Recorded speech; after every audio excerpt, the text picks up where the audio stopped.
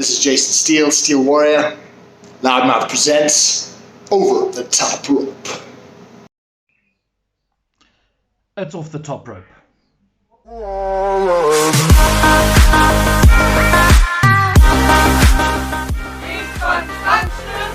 Specialized supplements.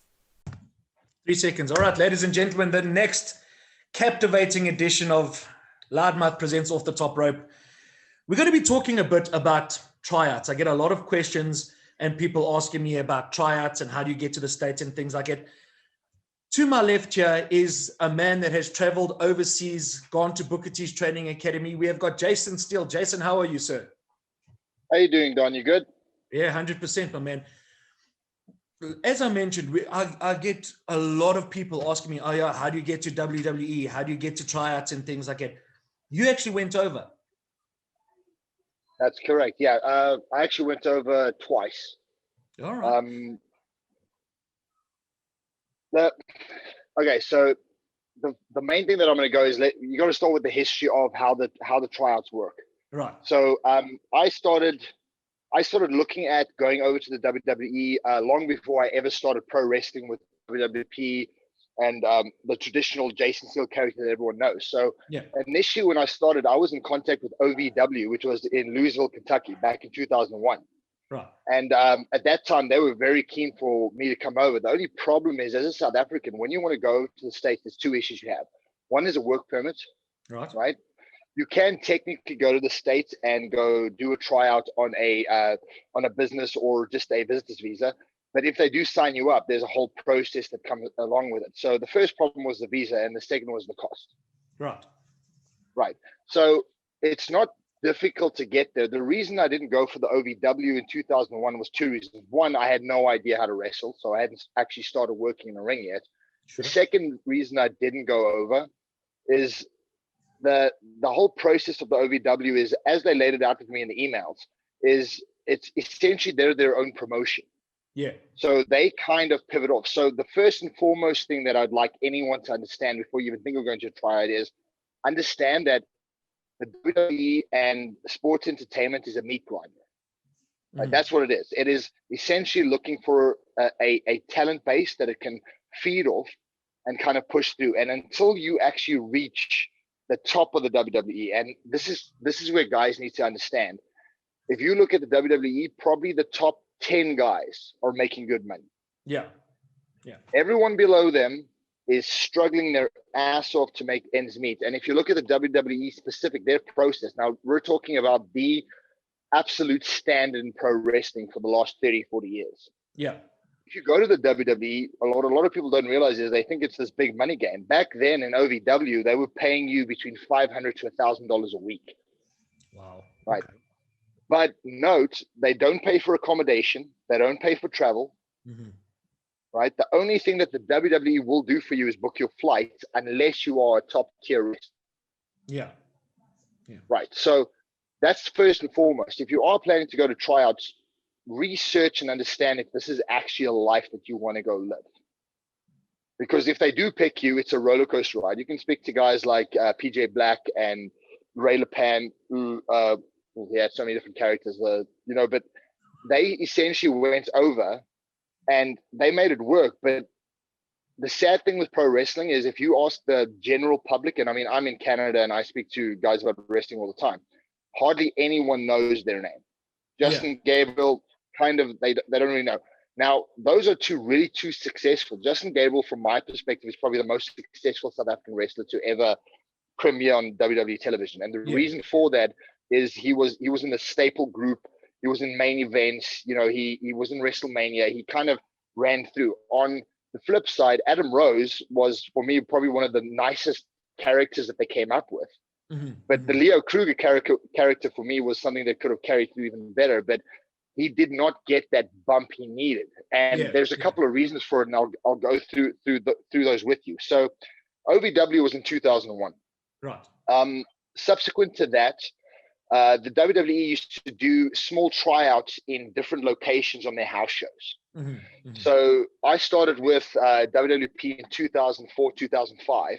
And towards the end of that year, I kept researching, and I found that they were doing a local tryout in Ottawa in Canada. Right. So it was a simple process. You send an email in, you send a photo in. They, at that point, they didn't really care if you had any experience. They kind of were looking for someone who looks a certain demographic. Right. So, if you look like you have the physicality, they'll allow you to come do a tryout. Little did I know, you pitch up to the tryout and there's 1,000 other people. Yeah. So you get to this house show, and understand this is at the time I was 25 years old. I'd been overseas once or twice before, but this was all on your own. You pitch up here, you go to a tryout, you have no idea what you're in for. And whatever I had learned at that time in the WWP, right, in the training camps that they provided, did not in any way, shape, or form prepare me for what they were looking for in this tryout. Right. And this is probably the most expansive thing. I think today, having the knowledge that has come over from the States, being myself and Nanzi, PJ Black's often back in South Africa and doing training camps, I think the guys have a much better standing technically of how to go over and kind of know what to expect. But back then, we didn't have a clue. So my whole thought process, the minute they accepted me, I had as much as I could, try to get as big as possible. I pitched up to the tryout, and they asked me to do a couple of rope runs, and then they ask you to do a couple of combinations. If you can't do the combinations, they put you on one side. But before you even get to the combinations, they make you do 1,000 Hindu squats. Yeah. Right. Between those squats, they run you up and down the stairs. We had one guy who was taken away in an ambulance. Wow. He wasn't prepared in any way, shape, or form. I mean, and again, I felt sorry for the guy. He was a big boy. I mean, this is a guy who weighed probably close to 400 pounds. He was not in any type of cardio shape or form to go. I was pretty fit, and I thought I was going to die. Yeah. And they run this first and foremost, and then put you in the ring. And what they're looking for is, it's sports entertainment, but there's a certain amount of physicality that goes with what you do. So to prepare yourself for that process, you need to understand that there's a certain level of drive that they look for. So when you think of WWE matches, or actually any match, have a look at those matches. Someone got so injured that he should have been rushed to hospital, but he finished the match. Yeah. Right. Look at those matches where that person's brain is so tired from running and working the match and doing everything they need to do, and they get to that certain point where they're so burnt out, and at that particular point you can ruin or make a match. Yes. And that's kind of, from the physicality standpoint, they want to see if you actually have the endurance to run through that, and if you can think on your feet when you're tired. Similar thing that they do in MMA and boxing. Right. Once you get past the physical part, then they start looking at your technical ability. Now, the technical ability is they're going to want to know if you can run combinations. They want to know if you can bump. They're going to want to know if you can do just the basics. And then they're going to start with complex combinations to try and see if you're able to navigate those different aspects. Right. Are you able to work with someone off the fly? How do you communicate in the ring? It's all these small nuances. Now, the reality, and this is where it gets absolutely devastating for guys who go over, is being a South African, or being anybody that is outside of North America, or I would say the UK, you are climbing probably the difficult ladder you'd ever climb, trying to make it in the WWE. Right. The reason for that is the market is not worldwide. As much as it's the World Wrestling Entertainment, their market, their money is made in North America. Right. So they're looking, if you're a foreigner, you have to be absolutely fantastic in regards to how you carry yourself, or you're just going to be the guy who helps push over another talent. Right. So always understand that if you're going for these tryouts, kind of put your brain to a perspective of where do I perceive myself in the WWE? And all of us, again, we see ourselves at WrestleMania, holding the championship belt, winning the title. And that's a great dream. Don't stop aiming for that, but you need to be realistic in the perspective. And this is the one part that they look for. They look at how humble you are. How willing are you to speak to the other guys? Do you respect the older wrestlers? Do you think you're everything? And when I went to some of the other tryouts, which we'll get to the process, is you go to these tryouts, and essentially you'll have some guys walking in, they think they own the place, and they're the first guys out the door. Yeah, yeah. So you have to embody the whole concept of why you want to be a pro wrestler. And in the end of the day, this is not a sport. It's sports entertainment. Yeah. They are looking for someone that they can use to sell pay-per-views, tickets, that they can drive their brand. Right. That is what you need to understand. So you could be the biggest, most intimidating guy on the earth. Unless you move like Brock Lesnar, they are not going to even look at you. If you come in there with a bad attitude, they are not interested in what you're offering. Right. So for me, going through is the first tryout, I had no clue what I was doing. I still remember we walked into the arena. There was a couple of the guys from backstage, and they called us up, and then you'd have all the rest. At that time, you still had Ken Kennedy there. Booker T was the current world heavyweight champion. Yeah. They call us into arena. Honestly, I think there was maybe about 70 of us. And I mean, in that group, no one in that group that I know of has ever passed into the higher levels of WWE. Right. But at that time, I mean, in that tryout, we had Gary. They call him Big Daddy Gary Goodridge. Right now, if you go and research Gary Goodridge is a Canadian MMA fighter. He used to fight in Pride. He did a couple of stints in UFC. I mean, this guy's a beast. He was in this tryout, and he didn't make it past the first call. Wow. Right. I mean, the caliber of guys that were there was reasonably high. Yeah. In this tryout, I was lucky enough to go and speak to Booker T for whatever reason happened. Is in that tryout, after the tryout, I realized, okay, so these guys are not going to pick me. I mean, I almost died doing the squats, almost died doing the runs in there. And then when I thought I was going to get in the ring and show them what I could do, they literally said, stop, get out, because I didn't know what I was doing. Yeah. Right. So I thought that was, for me, was it. So, as I'm standing in the arena and Booker T is leaning on the ring post, and there's a whole bunch of guys around us, and everyone's kind of avoiding him. And this is the other thing. Do not be scared to speak to anybody. Sure. Right. And I'll get to a story that I'll share with you with Anansi, which is particularly in this realm. But don't be scared to talk to the guys. So what I did is I walked straight up to Booker T. I shook his hand. I said, I'm from South Africa. I love what you do. We've got promotions running, and I'd love to do something with you. Yeah. And right there and there, he wrote his number down for me, gave me his phone number, and said, phone me as soon as you get back home. Sure. So all in all, a great trip. I then get back to South Africa. We there was a whole spiel where we were trying to run a different promotion, and we were trying to build a PWA, which is Booker T's promotion in Houston in South Africa. Yeah. And when I got home, it was kind of a bit surreal. I went back to work, went back to my daily grind, and I sat on that number for about a month. I was like, this guy's not going to answer the phone. I'm going to phone him. He's going to ask, who the hell are you? That's the mentality that the guys have to get away from. Right. Don't be scared to push and ask questions and speak to the guys, no matter who they are.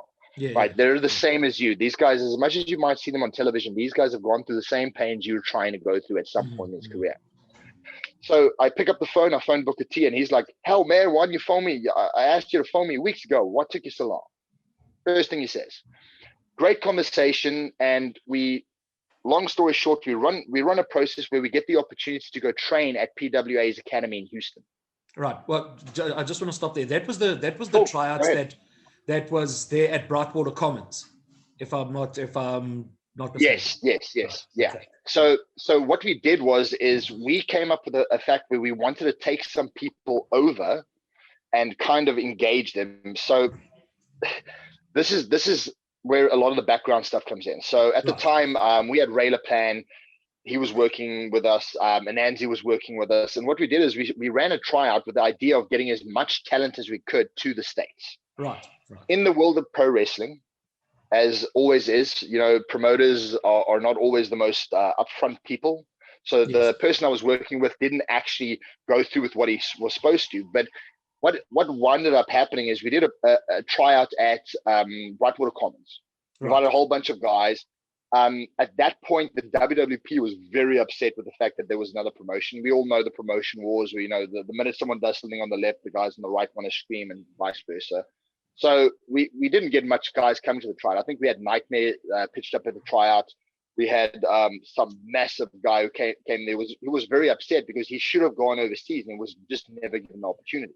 Right. And through this, however, the end of that is the whole process that we wanted to go is after being at the first tryout, I realized that no young South African at that time. So understand, when you're talking about the older South African wrestlers, you're talking about, the Steve Davis, Tornado, talking about Terry Madu, those guys were trained in a very specific way years ago. If they pitched up at those tryouts, technically they'd be sound. Right. The only problem is, and this is another factor that you've got to take into consideration, there is a time frame in regards to going to do a tryout. Yes. If you're in North America, it's very easy to start in the business. I mean, just where I stay in Canada, there's probably a stone throw. There's like 20 promotions around here. They do small shows similar. But the problem is, as a South African, the WWE they are no longer looking for talent over the age of 30, unless you're a Instagram star, unless you're a movie star, unless you're a sports star. Right. Over the age of 30 is a cutoff for them because they have taken their entire process in-house. Yes. So what was tryouts before? Tryouts before was the WWE stood up here, and then they had small organizations that they would trickle talent through. And OVW for the longest time was that promotion. Then when we went to Booker T's training camp in 2006, 2007, the reason that I wanted to go to that camp was so that we could get the fundamental skills in order to do a tryout. Right. That we understood what was being looked at and how they wanted us to run. So I mean, we spent 6 months at Booker T's training academy, and if you go, if the videos are available, if you go have a look at my first WWP stint as gatekeeper, right, which probably I would write down as the worst worker in South African history on those videos, right? Okay. Versus coming back from Booker T, it was like night and day. All of a sudden, I could work, I could move, I knew what to do, how to interact in the ring. Everything changed, right? And that was 6 months with these guys. So the PWA, do not go to a promotion in the States with the idea that they're going to just push you into the WWE. Okay. There's a specific line that it works. And where it gets interesting is once we did the Booker T Training Academy, we came back to South Africa. I had a great stint as Jason Steele in WWP. We wrestled in a lot of places. And Nancy's skill set went from, he was already at a reasonably high level. He just went through the roof in regards to what he could do in the ring. And then there was a process where I needed to go to the FCW. So OVW fell away. And then they moved the entire promotion up to Tampa Bay with FCW. Right. And FCW was essentially the staple and the place where they would groom talent to move up into the ranks. Yes. And that was the start of the WWE's current training academy that they have. So FCW was the beginning of that. Now, what happened was in 2009, myself and PJ Black were supposed to go for the tryouts. Right. As we were prepping for the tryouts, at that particular time, I saw an opportunity to go to New Zealand where he went through to FCW. Yes. So at that time, exactly the same thing as was in Ottawa. They were doing tryouts in Auckland. And I saw the opportunity. So at this time, I was prepared. I knew how to work. Physically, I was in shape. We got to the tryouts. The tryouts were great. They went really well. Awesome. But again, what I realized is these tryouts that you do at house shows are not where you're going to get picked up for talent. And there's a reason why. Is at the house shows, they kind of introduce talent hoping to find an anomaly. They're hoping to find another Brock Lesnar. They're hoping to find a freak that they can look at and go, oh, great, let's bring this guy in. They're not really looking for talent there. It's kind of just something they do with the local communities. They put it out in the newspapers. So it's not really where you can expel. You maybe have 30 minutes to kind of showcase what you can do. So those tryouts, as much as they were a great experience, brought absolutely zero to me. And my apologies, that was 2008. And then in 2009, when I returned, myself and PJ Black decided we're going to go straight to FCW and we're going to go do a tryout there. Right. We didn't phone them. We didn't arrange it. We said, we're just going to pitch up and do this. Now, he went and did these tryouts and sat outside their door, knocking on their door until they let him in. Because at that time, they did not have a tryout process. So if you need to understand is the tryouts that I was doing before FCW was not training camps or tryout camps. They were just a 30-minute tryout where you could get in front of a WWE superstar who would look at you. And I mean, again, you got to understand, in New Zealand, I got to wrestle in front of the Undertaker. He was the guy looking at us. The Undertaker was so beaten up at that point. I mean, he had just been on a 32-hour flight. I don't know what pay-per-view he had just finished. He's not really in the mental aspect to go, well, this is a great talent. He's literally just trying to get through his day and prep for his next match. Sure. That's what he's there for. So FCW didn't have a process of training camps. Right. And PJ Black, by sitting knocking on that door, opened their eyes to say, well, there's international talent that actually we could probably start pulling a pool off. So Sure. if I had to credit the one wrestler that started that movement in regards to them doing training camps, it was PJ Black sitting knocking on FCW's door. Right. Like Obviously, he started that trend. yeah. Obviously now it's a little bit easier with, the social media part and things like this. But the fact that you hammering on that these guys need to get to some sort of training school, at least know fundamentally how to work in the ring, is a huge step in getting past, at least getting your foot in the door and at least getting past the front door. Absolutely. And the scary part is this is where sports entertainment is kind of different. You go do any other sport. You play rugby, you're a bodybuilder. Bodybuilder is in the same route, powerlifter, right? You go there, you pick up a weight, you win. Yeah. That's what it's about. I go there, if I pick up the heaviest weight, if I run the fastest time, I win. Sports entertainment is not the same. I have seen guys who are fundamentally the best workers I have ever seen. Yeah. Right. And they did not get picked. I have seen guys walk in there that are 6'6", have the prettiest faces, look like they literally look like they should go straight to WWE WrestleMania, and they did not get picked. So it's not as simple as let's go, let's go learn the fundamentals of work. That is very important. That is, without that, you're not even going to get in the door.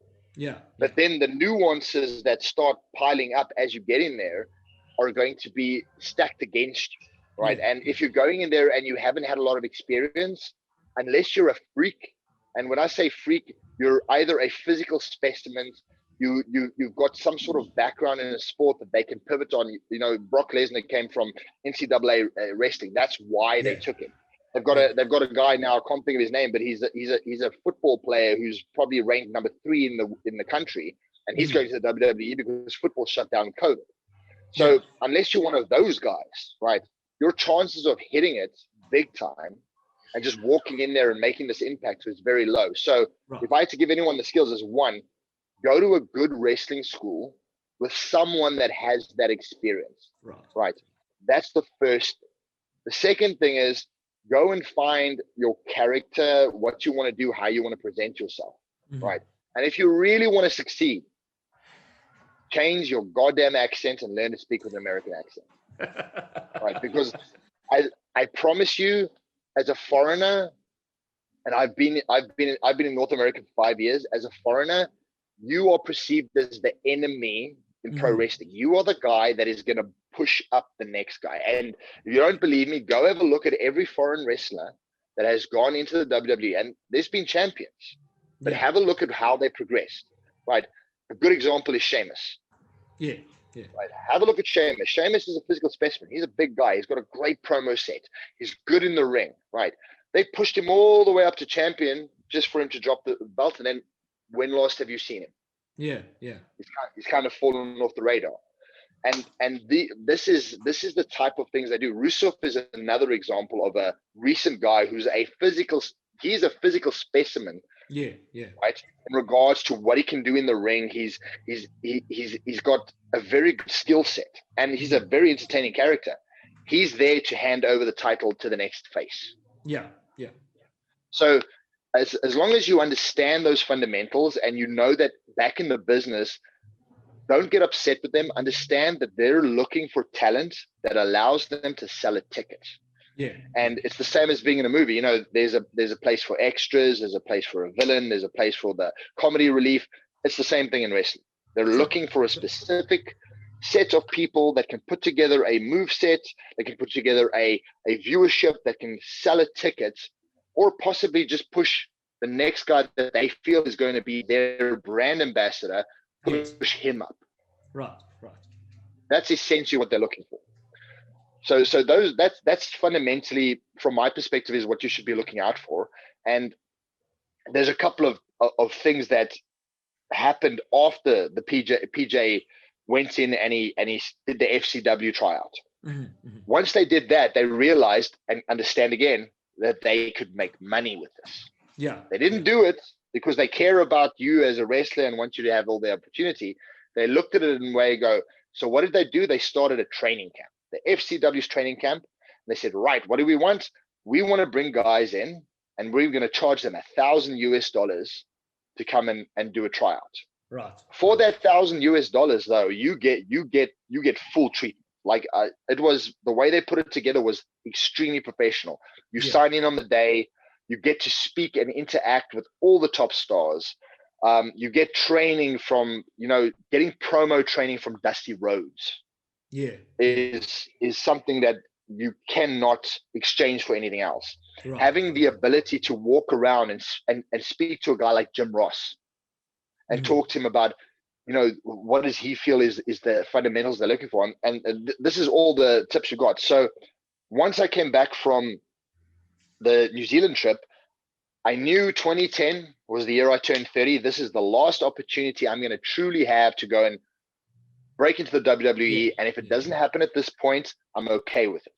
Yeah. So I then signed up for the FCW tryouts and I prepped. I was probably, if I could say for anything I was prepped for in my life, I was prepped for that tryout.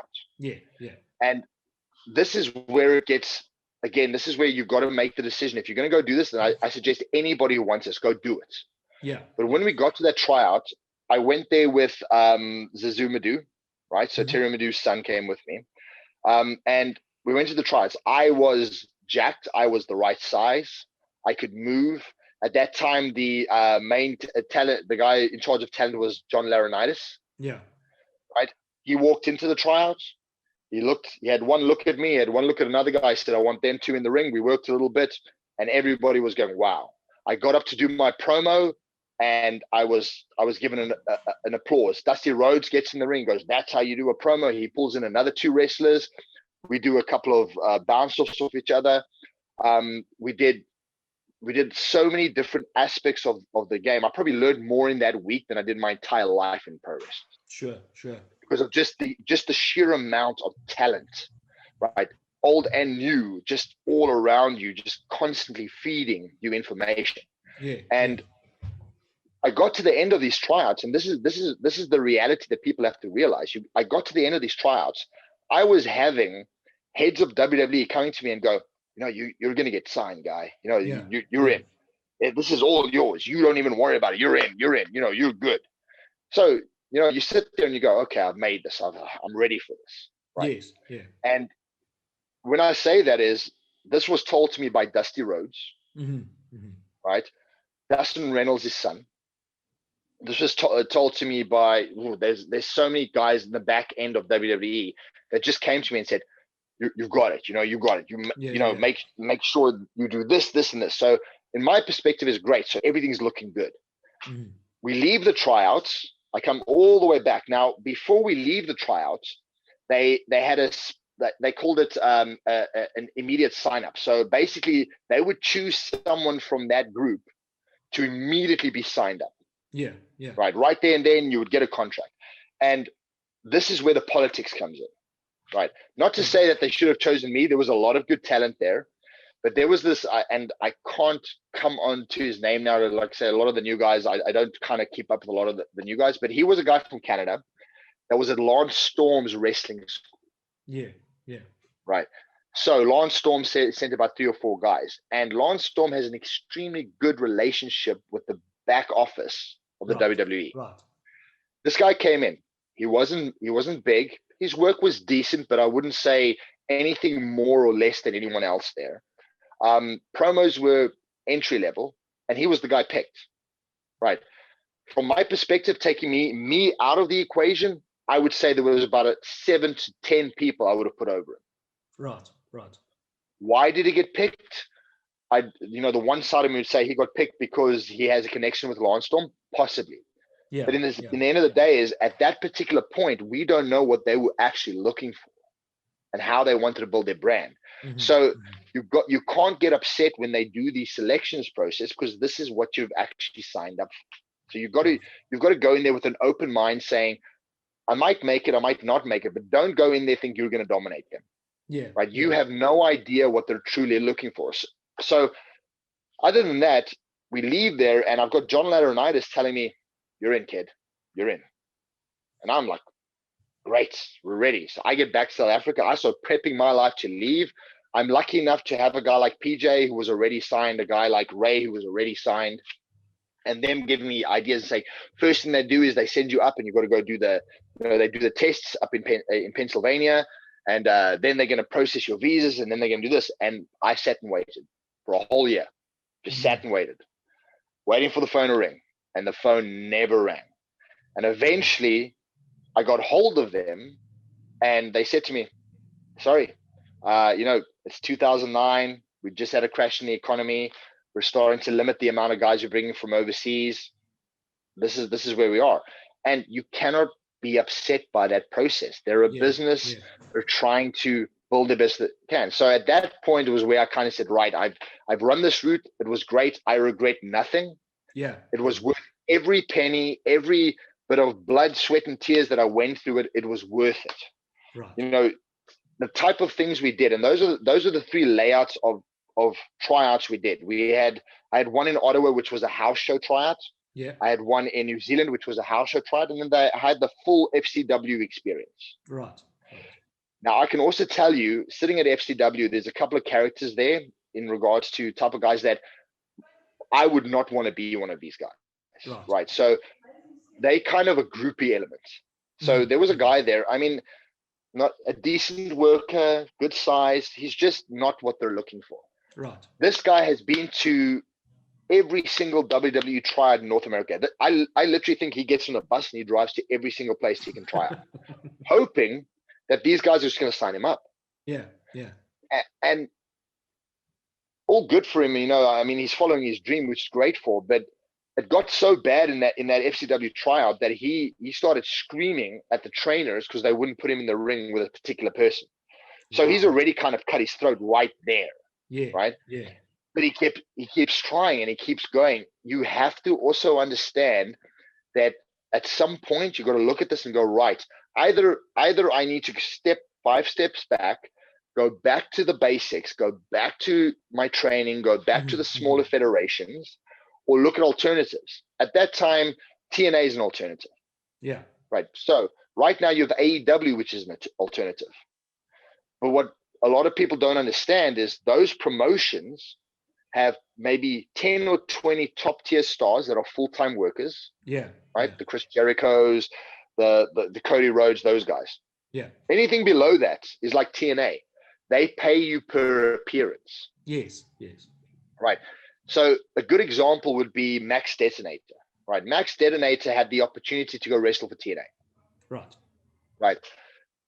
He asked me, he got on a phone call, he said, what do you think? And I was like, it's a great opportunity, but basically what they're doing is they're offering you a dark match, or they're offering you a spot. Yeah. So what happens is it becomes more what we're used to, which is more your shows like you would do in South Africa. Right. You pitch up for the day.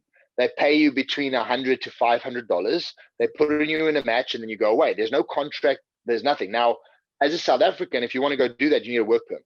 So we can't just pitch up there on a standard visa, go to TNA and go do a match. And I'll tell you now, if we could do that, they would offer pretty much every single guy an opportunity to do it. Right, right. Right. So you could do it, but it's very difficult. AEW is the same thing. They have their top tier talent, but everyone else is paid a fee, as would be in any type of indie promotion. They pay you a fee, they run you through the process, and they kind of then just pay you for your services for the day. You're not a signed wrestler.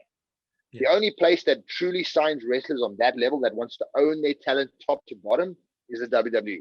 Yes. And that's why they came up with the WWE Development Center. FCW was essentially closed. They moved it all over to Orlando. And here's where they build the talent. But there's another problem with that. right? Is if anybody, our time frames where we come from, we remember the old school guys. We remember the 90s, which is probably the best period in wrestling. Between 1990 and 2000 was probably the best period in wrestling of all time, up to about maybe 2003, 2004. The reason that talent was so good is they were allowed to develop their own characters and their own personas, and they were kind of given more carte blanche to just become who they are. Yeah, yeah. So you think of a guy like Steve Austin, right? He comes in, he's the ringmaster, got a horrible character. He goes to Vince, he's like, I don't like this thing. Over the next couple of weeks, he starts progressing. He becomes Stone Cold. He gets a new finisher, and the rest is wrestling history as one of the most popular wrestlers in history. Yeah, yeah. Stone Cold, if Steve Austin went right now back into the WWE and he was a young man, we would never see him be what he was. Yeah, yeah, yeah. Right. I get that. The talent, you cannot develop the talent the same way. Why? The WWE wants to control the talent from here all the way through to WrestleMania. Yes. Right. Yes. Even promos are scripted now. Yeah. Promos were really good in the 90s because promos were not scripted. They gave the guys the ability to go out there, follow the base of the match, and kind of develop naturally. Now what happens is you get this long script and you have to follow it, and you got to plug that WWE network every 5 sentences.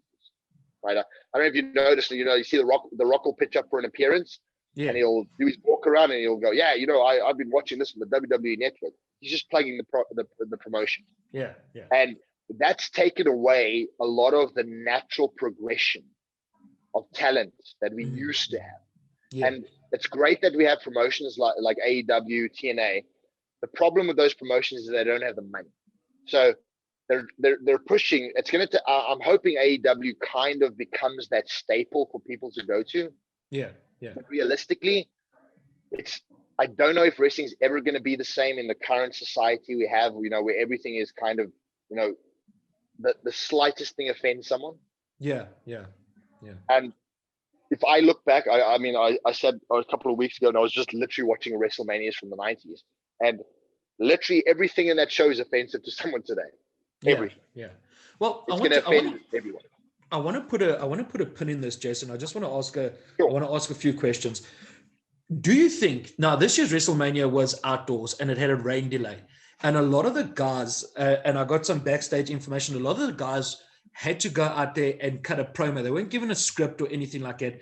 And a lot of guys cut promos off the cuff in character, and it really did give the illusion that it was starting to be authentic again. Do you think that something like this, not now, but in a few months' time, will have a knock-on effect where people go back and say, hey, listen here, we looked at those promos and these guys cut a hell of a promo. It was off the cuff. Let them, let them try and develop their own character, or let them try and do more promos like that. Do you think that would have an effect, or do you think the meat grinder is still going to keep on pumping out these cardboard cutouts?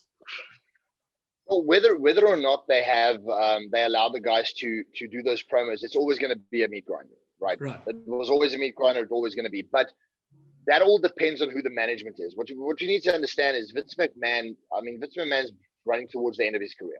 Yeah. Right.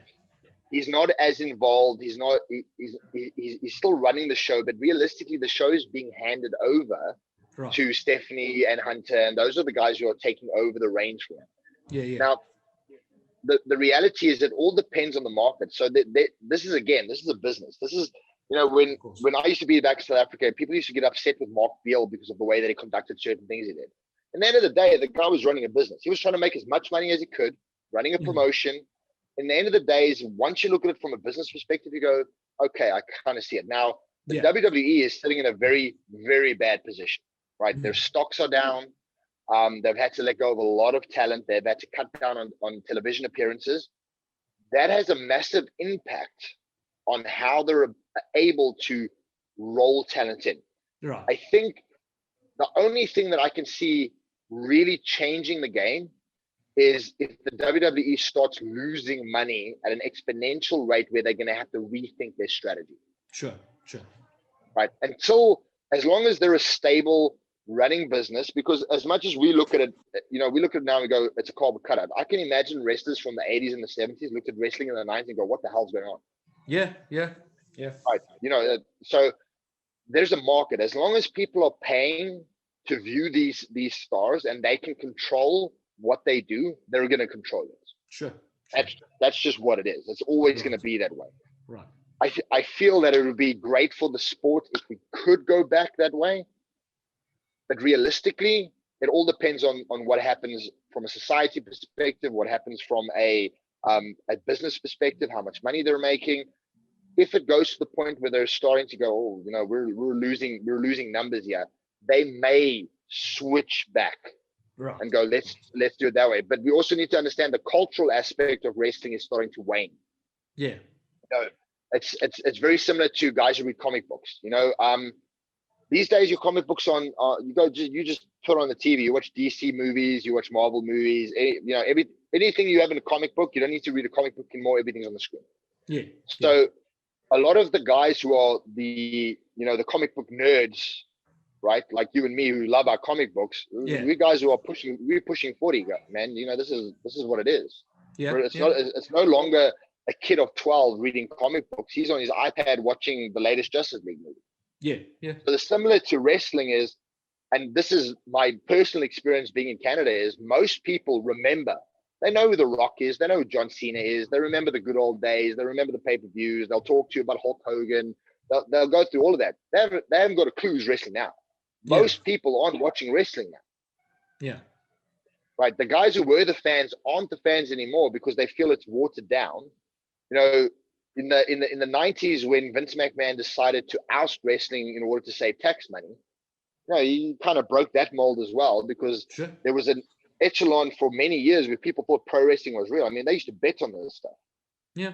A lot of people don't know. People thought it was legit. And then it ran through a process whereby, in order to save himself tax dollars, no, this is entertainment, not sports. Yeah. He kind of ousted his own business. It ran successfully for a while after that, but now we're getting to a point where are the new fans coming from? When you pick up your phone, how do you compete with TikTok? Yeah. How do you compete with Instagram? They're going to have to come up with a very clever marketing strategy on the side of how they're going to push forward in order to even remotely look at going back to the old school method, whereby allow the talent to progress naturally through the process that you have, where you don't script promos and you let them do that. I mean, the reason we don't have the same level of matches, and make no mistake, the WWE puts on good, the matches are clinics. Yeah. They just don't have that same feel of authenticity that they used to have. Right. The way you would go, well, that wasn't supposed to happen. Yeah. Right. Yeah. So they've lost a little bit of that, but I think it'll always be a resurgence. It's going to go through a process. I think you'll find a dip, and there'll always be wrestling fans. I just don't think it's ever going to have the same mass impact. And with what's happened the last year with COVID, it's changed fundamentally how people view sports entertainment, because most of the time they made a lot of money on their live shows. Yes. Right. I don't know about you, but the first time I watched the first WWE show with no one in the audience, I was like, what this just does not, it felt to me like watching when we used to train at Anansi's school back in Johannesburg. It used to feel to me like watching one of the matches there. All your ears bump. Yeah. You can hear everything they say, everything they do. So it kind of loses a little bit of that drive. So will they recover? Will they be able to go on? Honestly, if Vince McMahon goes, I got to be honest, I don't see Hunter or Stephanie being able to pull it off like he did. Yeah. There's a very specific reason he was successful is, and promoters, just, off topic, why was Vince McMahon so successful? Because Vince McMahon built the WWE to the top levels and he never stepped in the ring. Yeah. He only stepped in the ring afterwards, after his character, after the Montreal screw job, after his character was seen as something bad, he used it to promote further. Yeah. But up until that point, his dad, if you read the history of Vince McMahon, his father was very specific about, you never, ever get in the ring. You are not a wrestler, you're a promoter. Yeah. And you've experienced, and I've experienced, the minute a promoter has any sort of stake in that show other than a promoter, it becomes a shit show. Yeah. all of a sudden he wants to be in this match. His friend has to be in this match. His girlfriend, his wife. It becomes a very diluted problem. And I don't care what a promoter does. It's his business, but it shows. Yeah. People can see it. They can see that this is no longer an actual entertainment promotion. This is more about someone who wants to present his ego and get in front of the camera. Sure. So I think that was the true success of Vince McMahon, was the fact that he was not a wrestler until after the WWE was a successful entity. Yeah.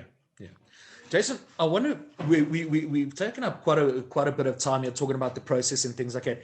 I was at Ananzi's place on Thursday night, and he told me a very interesting story about him and you at Booker T's training school.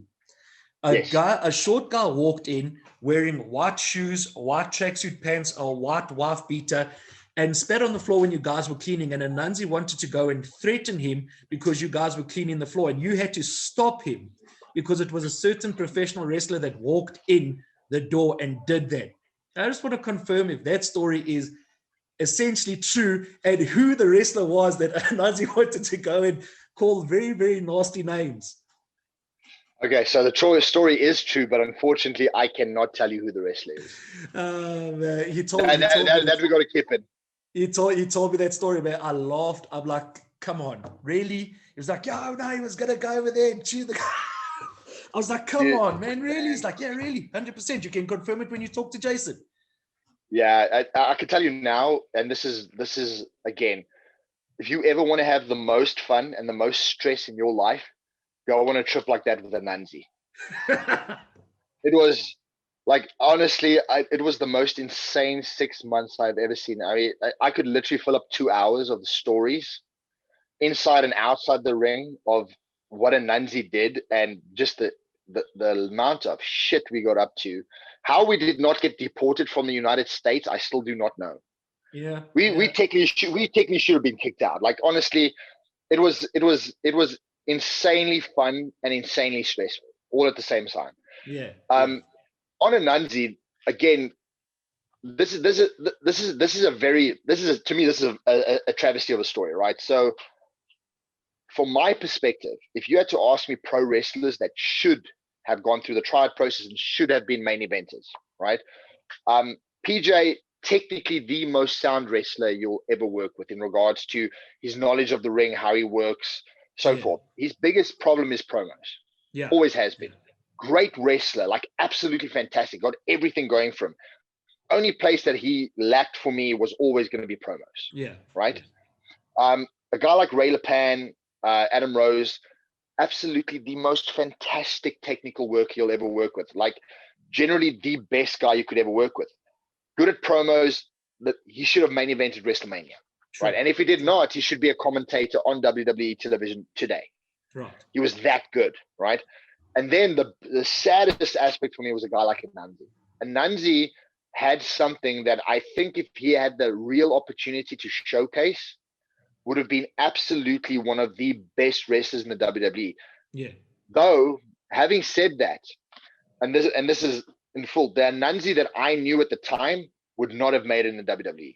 Right? Not that he wasn't good enough, not from a wrestling perspective, from a psychology perspective in regards to that environment.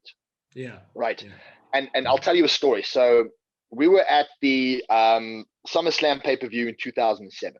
Right. The same pay-per-view where we heard of Chris Benoit, who killed his family. We heard about that the following Monday. Right. We saw the guys backstage running around looking for Chris Benoit because that's the pay-per-view he didn't pitch up to. Yes. Right.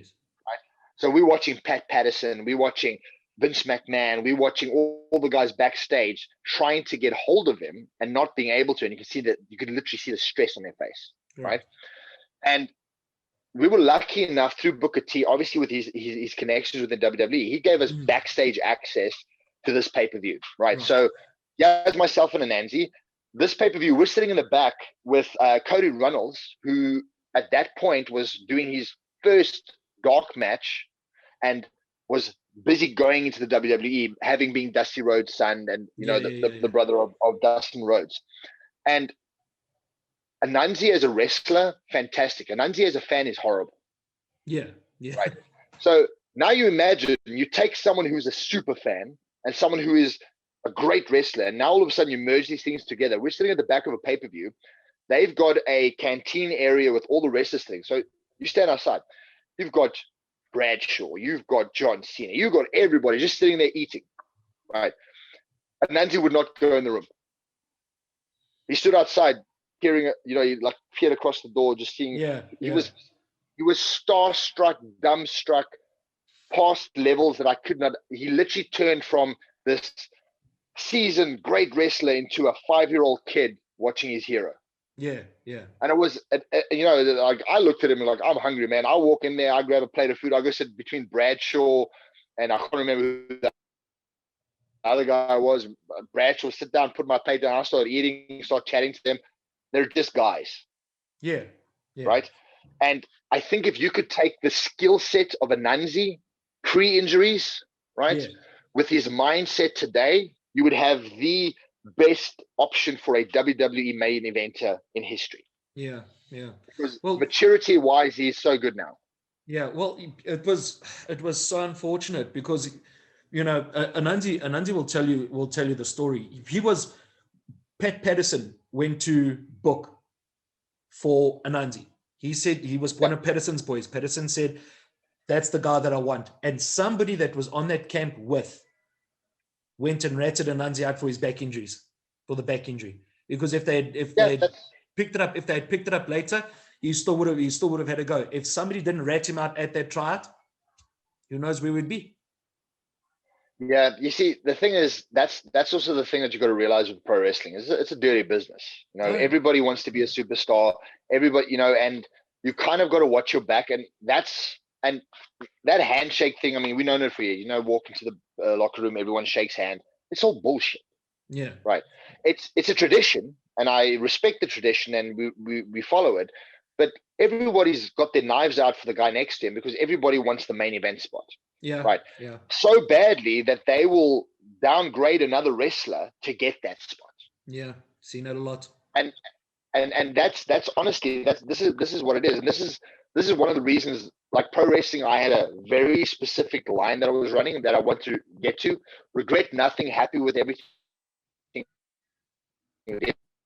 But that was the dirtiest part of this, was guys who would not allow the best talent to go forward and would do certain things. And that wasn't the first time I saw that. I mean, when I was at my trial, we had this great girl from Mexico. She was exceptionally good, right? She's small, 5'5". She moved like Rey Mysterio in the ring, right? Wow. As a female wrestler, she would have been fantastic. And the first thing they did there, someone went and started saying that she's got hepatitis and she's got AIDS and all these things, and started running their mouths about her in the back end, and the girl couldn't hardly speak English, and eventually they wound up not picking her, which I think was a travesty because she was fantastic. Wow. And that's generally what I kind of want everyone, the guys to know, is this is not, like I said, this is not a 100-meter race where if I win, I win. Yeah. Winning this takes psychology, it takes physical attributes, it takes training, but it also takes a whole lot of knowing how to play the chess pieces on the political side. And even knowing is you can play the best game, you still might not make it. It's such a I think the right word to be is this, it's a sport that is deemed a sports entertainment aspect that is so difficult to break into because the levels that you've got to go through about finding the right time, the right place, the right person looking at you is insane. And Anansi is a travesty because I truly believe that out of all the South African wrestlers that I know, from a talent perspective, his character, how he carries himself, what he does, it's someone who would have expanded. Don't get me wrong, I think he would have been there 6 months and had to go home with a back injury. I think he would have broken his back. Yeah. Because Anansi is one of those wrestlers where every match is WrestleMania. Yeah. Every single match is a WrestleMania match. Yeah. And that would have been his downfall at that time. But from a talent perspective, almost a travesty to me that he didn't make it. Yeah. Well, like you've been in the ring with him many times. I've been in the ring with him many times. If you're not prepared to go full throttle, no matter if it's 5 people, 50 people, 25,000 at Wrestle Monster, whatever it may be, man, if you're not prepared mentally for your A game, you know, you're going to land up short. Yeah. Listen, like I said, I spent a large amount of time with him overseas. I spent a lot of time with him on the road in South Africa. Ananzi he's the embodiment. He's the super fan. He's the super wrestler. He embodies absolutely everything that pro wrestling should be. Yeah. Right. Passion, drive. I mean, we're talking about a guy that would run his promotion and not be able to put any money in his pocket. He would pay money into his promotion. He wouldn't make any money and he would still run his promotion. Yeah. That is the passion level that almost no one has anymore in this business. You know, his passion for the business was something that I always thought was amazing, but also detrimental because, you know, he always put himself so badly on the line that the only person who ended up paying that cost was him. He was the person who paid for everything. So I kind of felt for him in that round. You know, like I said, Nanzi, I always love him. He's probably, for me, made wrestling the most fun. Like I said, is if we had like 2 or 3 hours, I will tell you the stuff he did in the States. It was, you know, just the amount of beer the man could drink of American beer was insane. You know, they talk about, you know, you always hear the stories about what was his name? WrestleMania. I can't think of his name. It was the Princess Bride. Andre the Giant, right? Andre.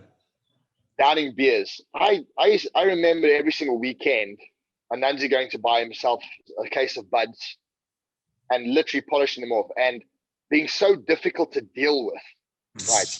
Not because he's drunk, because Ananzi has so much energy.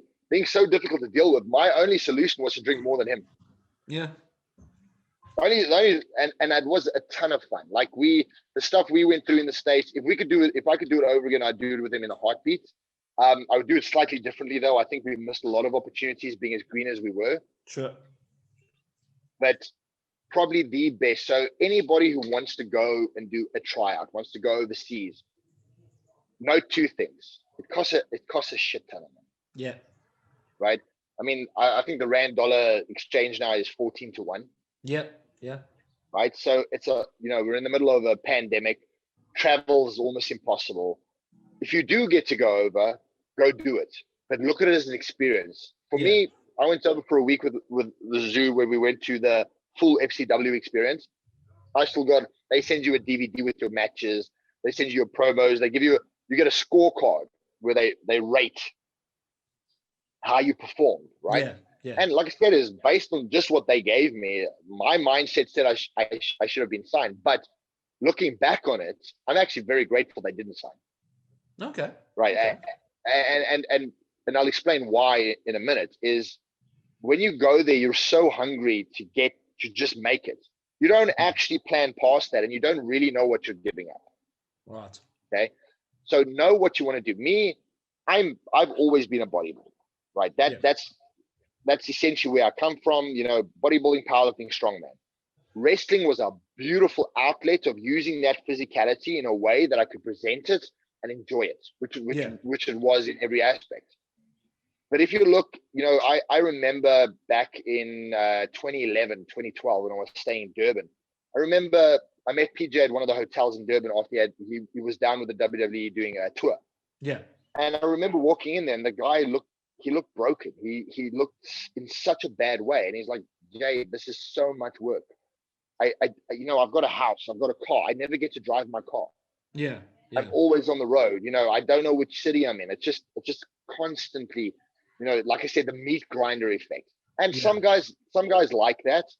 But if you look at, you know, and I know both these guys on a personal level, and you look at Ray LePan, Adam Rose, I mean, he's had his own difficulties with substance abuse and you know, he went through a lot of problems in that. But other than that, you know, even in South Africa, the man was a homebody. He liked being at home. He liked, you know, going to the gym, you know, and I can't even see how Ray doing a 365 tour dates, right, a year, right. And then when I look back on it and I go, thank God they didn't sign me, because I probably would have gone on my first 6 months and walked off the plane like Nathan Jones did, because I was going, what the hell? It's a lot to give up, right? There's a lot you can gain, but what I want to just lay out for guys is, before you make that decision to go, I'm going to go to a tryout, Go to the tryouts and go do it, not as your last hope to become, the headliner of WrestleMania. Go for the experience. Yeah. Go to see what it's like. Go to experience what it's like to be in the States, in that industry, to see how they work backstage, to see what they do backstage, how they interact. Yeah. Because it's an experience that you can't exchange for anything. Go do it. Yeah. But in the same breath, also realize that if I start ramping off names from the 90s of wrestlers, I can guarantee you're only going to recognize a couple if you're a guy who's just starting out in the business. Sure. Right. Sure. And if you go and meet these guys, I mean, I before the pandemic, I went to a couple of wrestling shows. Yeah, I was in Bumpton a couple of places just to, I always enjoyed the training. And you go there and you meet guys that used to be headliners, walking into an arena, wrestling for $200 a match. Wow.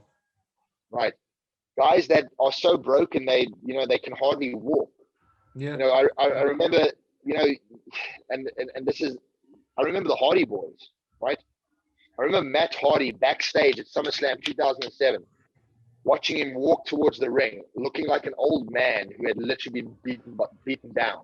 Wow. And as he opens that curtain, the same as Anansi does that every time. So he goes, as he opens the curtains, he stands up, he goes there, he does this great match. And as he comes back and as that curtain closes behind him, he falls down. Yeah. Yeah. Right. So you've got to ask yourself, and I go back to, if you ever go and read the interviews with Mickey Rourke doing the wrestler, right? Yeah. Mickey Rourke, pro boxer, right? Got a good pro boxing record, right? And he says he has never had anything as physically taxing on his body as pro wrestling. Yeah. Yeah. Right. So you've got to go with the mindset of, if you really want to get into this business, it's all or nothing. That's it. There's no place for family, right? And if you don't believe me, go have a look at the wrestlers who have main line and have a look at their divorce rate, have a look at their marriage rate, have a look at what happens with them on a personal level. Yeah. Look at all of those things before you decide this is, I'm going to go do it. But if you're going with a mindset of, I'm going to give this a try, absolutely. I recommend anybody go do it. Yeah. I just know what you're getting into. Yeah. I just really, you know what? I want to go, but I'm going to be 41 in a few days' time. Yeah, I know I don't have much time left in the ring, but I just want to go and do it. Just have the experience of doing it and have somebody come up to me and say, "Hey, you know what? You're good enough." That's all. You should. And the other thing is, you don't need them to tell you you're good enough, man. Here's the thing that the guys need to kind of get out. It's sports goddamn entertainment.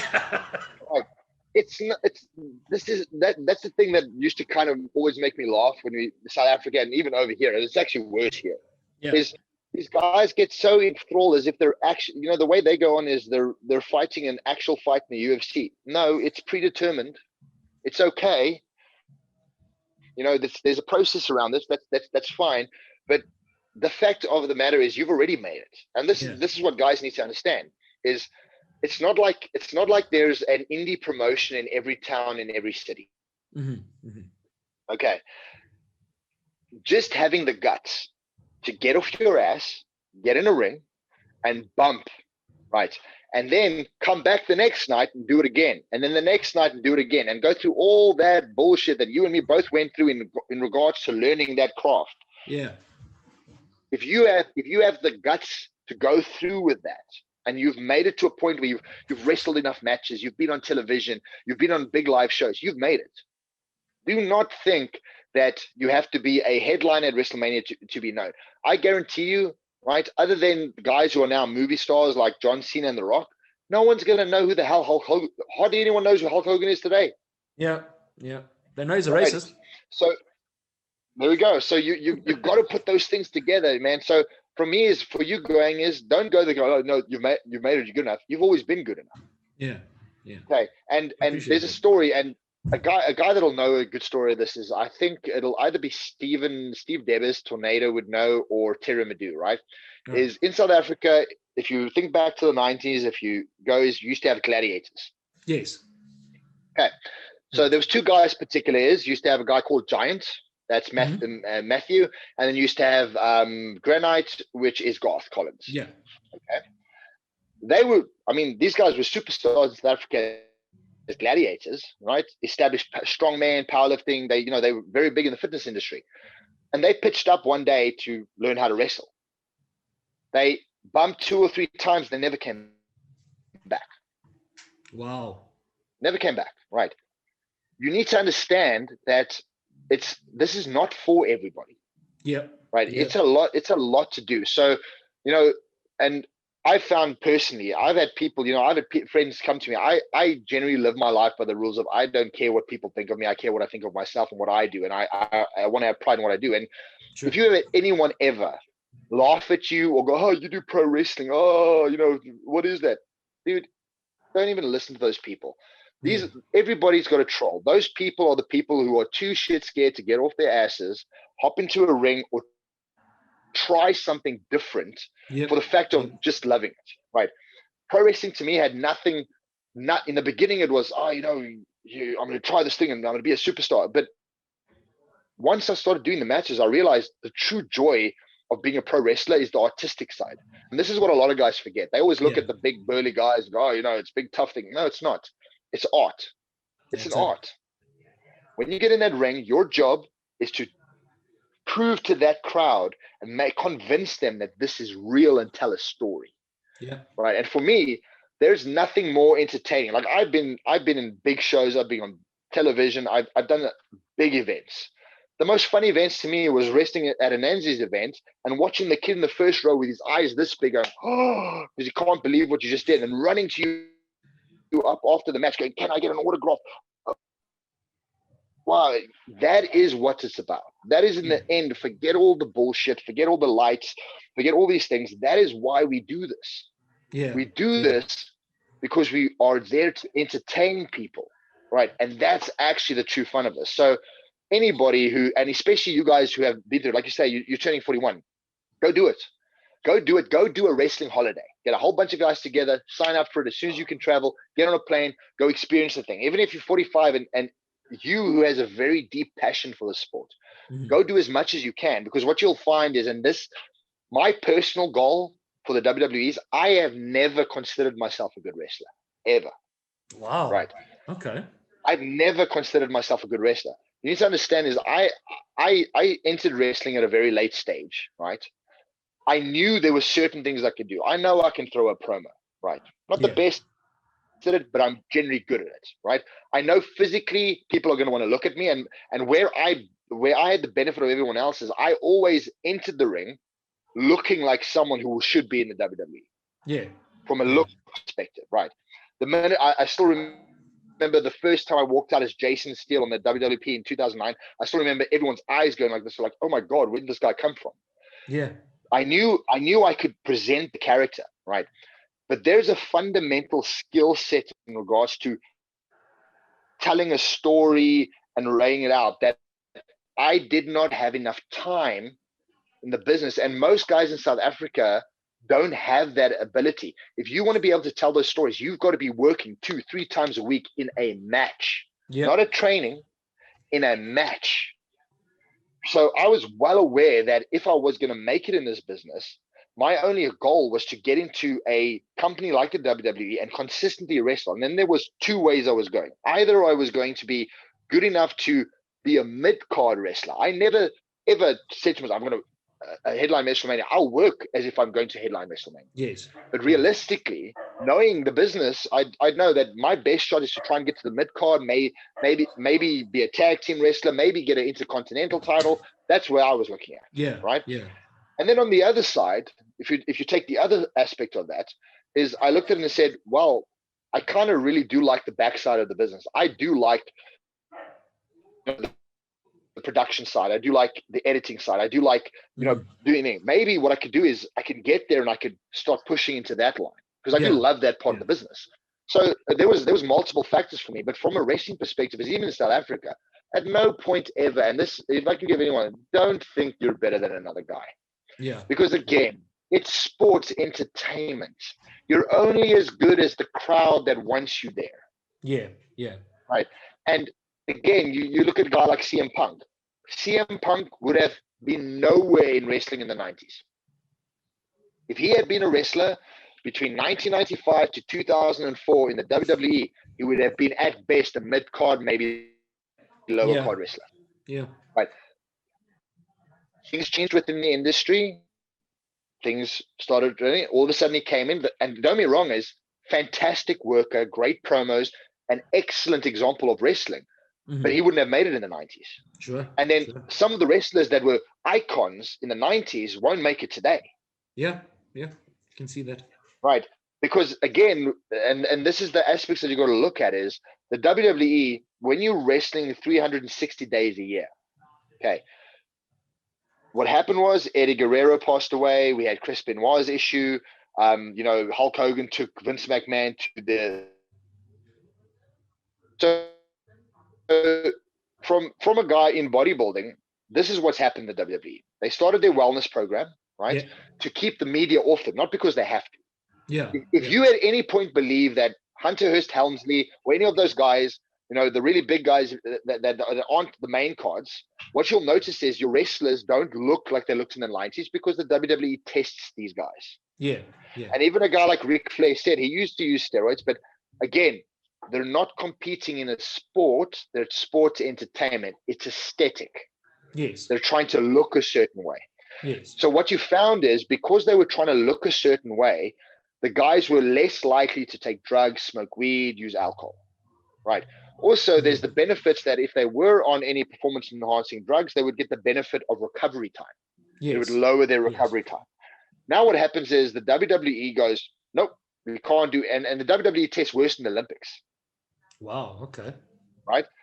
And they've got a 3-strike rule. You go through the wellness policy, you suspended, let go. 2-year ban, right? Yes. So then what happened is they very strategically, Hunter Hearst Helmsley isn't seen as talent. He's management. Yes. Vince McMahon isn't seen as talent. He's management. They're all on steroids. This is another discussion if you ever want to do. I'll tell you now, they're on. But all these guys at the bottom that are now coming through the ranks, because of the lifestyle, what did they exchange the steroids for? Alcohol and painkillers. Right. Because they don't test for that. Yeah. So now what you're finding is now that is why your wrestlers today don't look like the wrestlers from the 90s. Mm-hmm. Mm-hmm. Right? Because trying to maintain that type of physique while being on the road, while wrestling every night, is literally impossible unless you're a genetic freak or you have some performance enhancing drugs, or let's call it aesthetic enhancing drugs is the right word for this. It's got nothing to do with performance. It's aesthetic enhancement, right? Right. That is what that is the fundamental difference in the WWE today.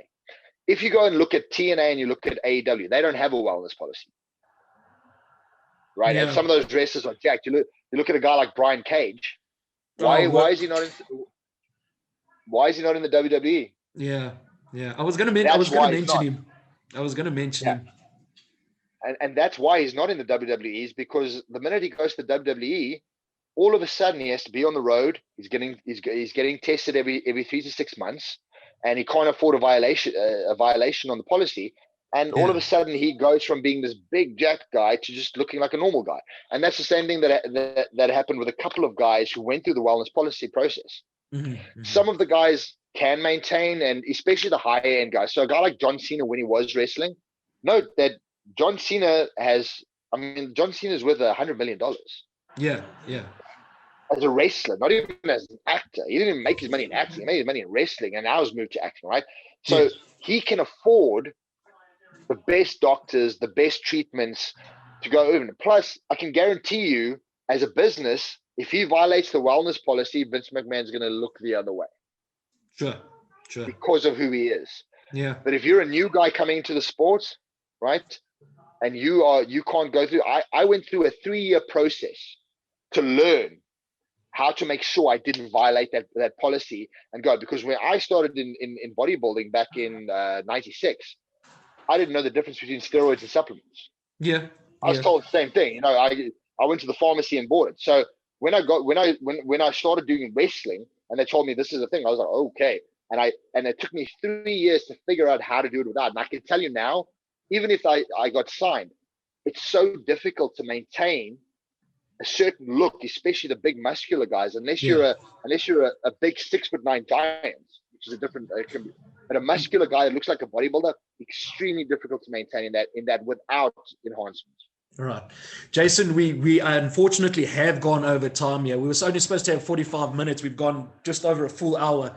Man, you've given us you've given us a lot to think about, man, and I appreciate your time, especially the time difference between South Africa and Canada.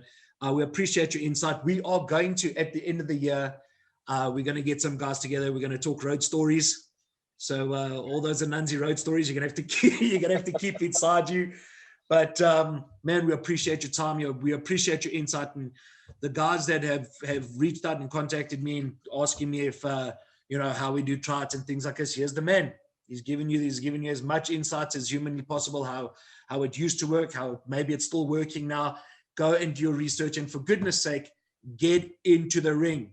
Don't talk about finishers and don't talk about your name and what you're going to do and things like that. Get your ass into the ring. Nope. Because like Jason says, just go work. Like Jason says, man, just go work. There's 0.1% of guys that even when Jason and I were training together, you get all these guys coming in. Sometimes we had classes of 30, 40 people. The next week you see you've got maybe 7, 8 guys show up. So yeah, it's a very specific niche, man.